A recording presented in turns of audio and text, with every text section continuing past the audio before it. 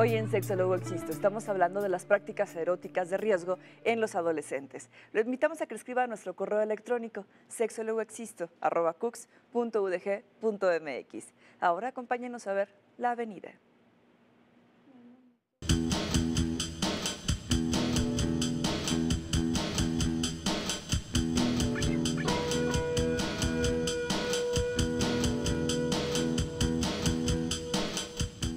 Evitando el tener varias parejas sexuales. Si ya estás teniendo relaciones sexuales, entonces invariablemente en el hombre será usar condón para evitar el contagio de bastantes enfermedades. Bueno, primeramente creo que uno como persona tiene que estar informado sobre todas las enfermedades que existen y los métodos que hay para poder evitar esas enfermedades. Pues usando un condón, no sé, tratando de estar con una persona que se vea más seria, ¿no? Lo primero que se tiene que hacer es informarse y después de lo que son las enfermedades y después ya lo que vienen siendo los métodos para prevenirlas, pues cada una. En general y los más conocidos, al menos en lo personal para mí, son el método del condón. Creo que es el más económico, el más utilizado y pues en general de los más seguros. Pues con el uso de anticonceptivos como el condón es lo más efectivo y pues la abstinencia, también la fidelidad. Bueno, pues primero que nada la abstinencia y en caso de tener relaciones sexuales usar métodos de barrera como el preservativo. Doctora, yo creo que todo lo que hacemos en nuestra vida implica un riesgo, absolutamente todo lo que hacemos, pero no podemos caer tampoco en la obsesión de cuidarnos de todo y de no hacer nada para que no nos vaya a pasar algo, ¿no? Deberíamos mejor empezar a trabajar en la prevención de un riesgo, ¿no? Sí, las conductas obsesivas muchas veces tienen que ver con la ignorancia. Entonces, cuando nosotros nos dicen, es muy fácil adquirir una infección sexualmente transmisible, pero no investigamos cuáles son las enfermedades, cómo se transmite cada una, cómo me puedo curar, bueno, pues yo me quiero envolver en una sábana de látex, ¿no? Para que nadie me toque, Entonces hay gente que le tiene temor hasta el contacto físico y erótico de besos y caricias, pero tiene mucho que ver con la ignorancia, las obsesividades, ¿no? Las obsesiones. Uh-huh. ¿Y hay prácticas de riesgo? ¿Hay una clasificación de las prácticas de riesgo?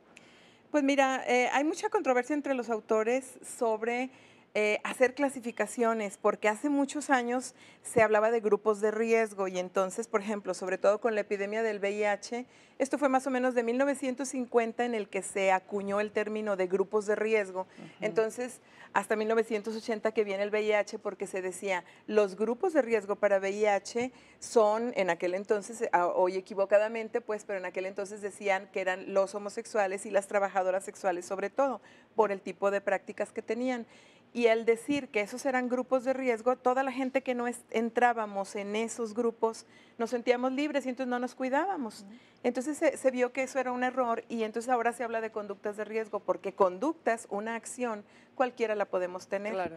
Entonces, en esas clasificaciones se han hecho clasificaciones como de alto, bajo y mediano riesgo para el VIH, pero no es muy adecuado utilizarlas, porque entonces yo puedo decir, de las de bajo riesgo, pues un poquito, sí puedo usarlo, ¿no? Sí puedo hacer este tipo de conducta. Entonces, lo ideal, aunque hay autores que así los clasifican, sería no utilizarlo, como decir, poquito riesgo, mucho riesgo. ¿El riesgo está? Es riesgo. ¿O no está, verdad? ¿Me puedo caer o no me puedo caer? Así de simple. Sí, claro. ¿Y hay parámetros para medir estos riesgos?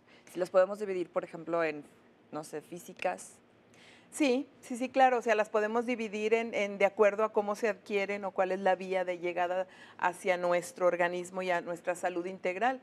Y entonces, bueno, hay físicas y hay psicológicas, pudiéramos decir, porque los riesgos en la vida erótica, tanto para adolescentes como para cualquier ser humano, tienen que ver no solamente con lo que me puede pasar si una infección o un embarazo, tienen que ver con cómo lo voy a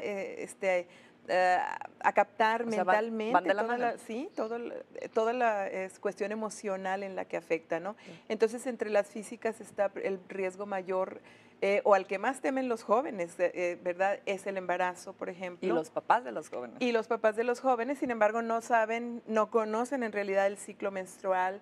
Hay muchas equivocaciones sobre el momento de fertilidad dentro del ciclo menstrual. Todos lo cuentan y luego lo parten a la mitad y bueno, no es así, ¿no? Entonces, todas estas equivocaciones en los jóvenes más esa facilidad de arriesgarse en las conductas. En el caso de la poca educación en sexualidad y la cultura machista, en donde los jóvenes adquieren prestigio social entre los iguales si yo me arriesgo, si yo hablo de hazañas sexuales, ¿no? Entonces, ese es un riesgo para el embarazo, por ejemplo. Para las infecciones sexualmente transmisibles donde no usan bien el condón. Tenemos por ahí una tabla que me gustaría ver, esa tabla que habla de quiénes usan condón por primera vez o en la primera relación sexual. Y entonces la estamos viendo ahí, donde la mayoría de los autores andan entre el 30 y el 40% de los estudios que se han hecho en diferentes países, pero veamos cómo en México, en las últimas líneas, aumenta el uso del condón. Hay inclusive un comparativo ahí del doctor Matsui, en donde hace un comparativo antes y luego hasta en el 2008 y se ve cómo aumentan, que también coincide con un estudio que se hizo en la Universidad de Sonora, también en otros estudiantes de allá, en donde se ve que últimamente ha aumentado el uso del condón, desde más o menos el 30 y tantos % hasta el 66 o cerca sea, del cada 70. vez estamos utilizando más el preservativo. La primera vez. La primera vez. Pero hay que ser consistentes. Y luego hay que ver si lo usamos después. Pues estamos hablando de las prácticas de riesgo en la vida erótica en el adolescente, así que acompáñenos a un corte y regresamos.